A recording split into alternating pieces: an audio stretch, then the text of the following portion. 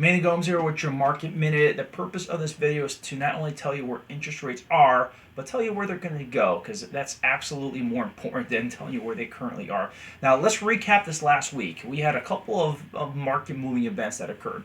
The European Central Bank has paved the way for further what's called monetary easing. It just means that they're going to pour more money into the economy to try and grow it, much like our economy did back in 2008, 2009 during the bottom of the financial crisis.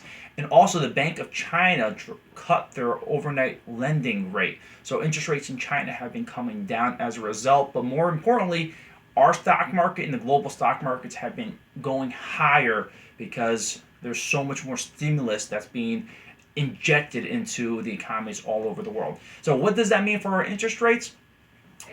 In the near term, I see our interest rates going a little bit higher. Right now, they've been trending between 3.75% and 4%. We may be right around the 4 to 4.25 mark potentially into next week. Longer term, these actions that have taken place is actually going to make our interest rates come down. I'm talking about 30 to 60 days down the road, because what occurs when there's stimulus being added to other economies and our economy here does not have another injection of stimulus, we're effectively importing their deflation, because our dollar, the US dollar, is going to get stronger according to their currencies, and buying things overseas and bringing them into our country become much more affordable.